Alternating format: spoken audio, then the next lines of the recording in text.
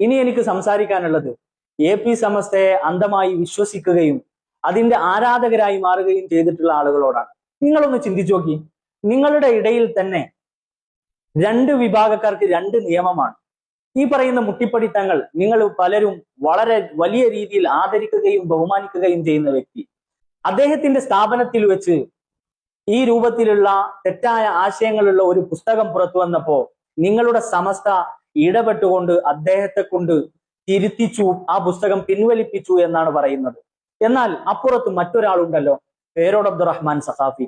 എത്ര വർഷമായി സുന്നത്ത് ജമാഅത്തിന്റെ ആദർശങ്ങൾക്കെതിരിൽ, ആശയങ്ങൾക്കെതിരിൽ അദ്ദേഹം പ്രവർത്തിച്ചുകൊണ്ടിരിക്കുന്നു, സംസാരിച്ചുകൊണ്ടിരിക്കുന്നു.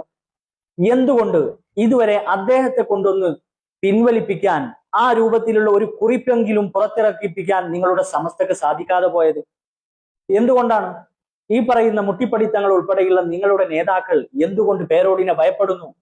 യഥാർത്ഥത്തിൽ നിങ്ങളുടെ തലകളെ നിയന്ത്രിക്കുന്നത് പേരോടിനെ പോലെയുള്ള ചില വാലുകളാണെന്ന് അഹ്സനി ഉസ്താദ് പറഞ്ഞത് യാഥാർത്ഥ്യമായിരുന്നു അല്ലേ?